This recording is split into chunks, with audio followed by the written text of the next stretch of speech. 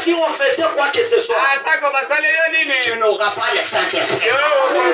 Parce que le Saint-Esprit, c'est fait l'ordonnance.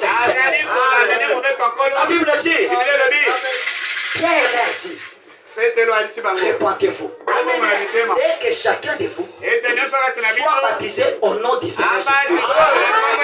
Pas au nom de Barouti, pas au nom de Kimbangu, pas au nom de Mukuna, pas au nom de Branham, mais ils seront baptisés au nom du Seigneur Jésus-Christ. Et si toi, tu étais baptisé au nom du Père, tu fais ça du Saint-Esprit, sachez que c'est un baptême maturité. Tu n'as pas le Saint-Esprit. Quand tu vis sous ce baptême-là, c'est à toi de reprendre l'expérience, de prendre le nom de Jésus et de te faire baptiser. Et tu auras la vie cachée. La vie de Christ. Nous ne recevons pas le baptême du Saint-Esprit. Et dans cet âge, le Saint-Esprit était dehors. Le Saint-Esprit, Jésus-Christ, était dehors son église. Maintenant, le Saint-Esprit, il cherchait d'entrer dans son église. Et l'église là, c'est toi. L'église là, c'est ton cœur. La Bible dit en Apocalypse que Dieu, Jésus est à la porte, en train de frapper. C'est lui qui l'ouvre. Il va entrer et il faut se battre.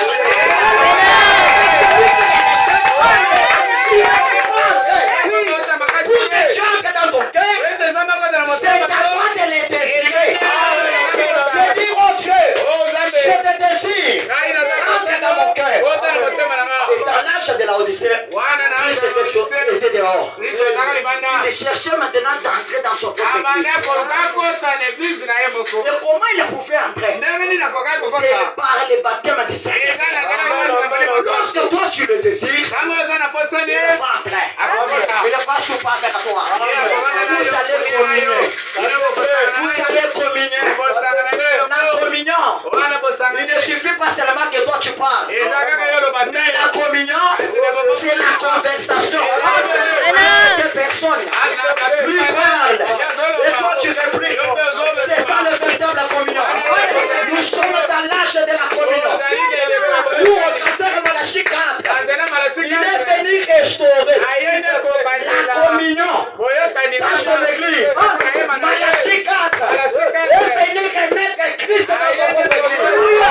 Les Nicolaïtes, les doctrines, les Balamistes avaient foulé Jésus au pied.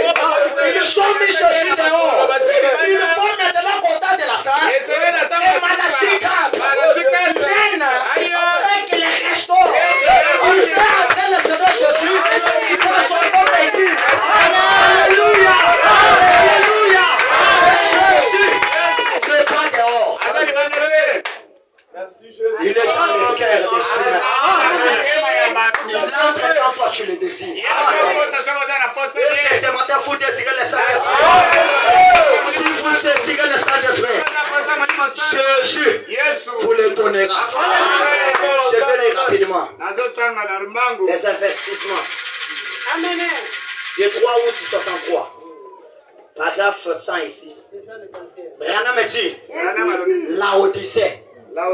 Nous voyons dans tous les autres âges de l'église que Jésus était toujours dans l'église.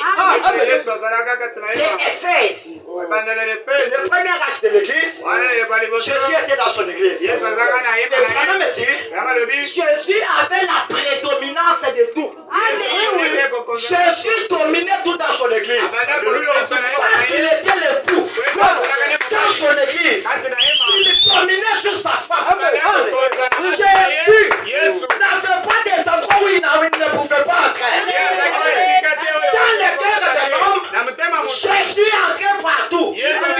Dans toutes les portes. Dans le deuxième âge, il était dans l'église. Arrivé à l'âge de la Odyssée. Qui est notre âge. Jésus a été mis dehors.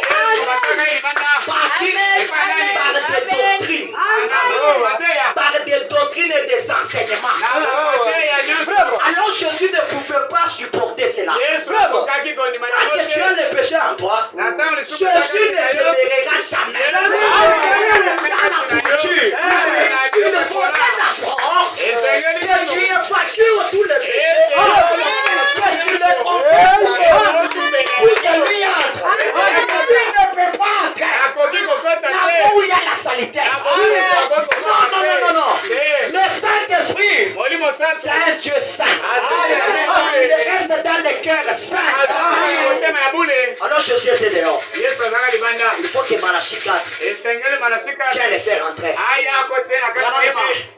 Mais dans l'âge de la Odyssée, il est dehors, frappant à la porte et cherchant à entrer. Jésus a tellement un cœur doux.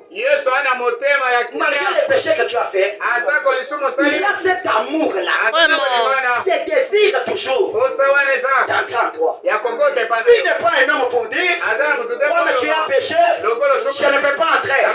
Non. Jésus, il a l'amour.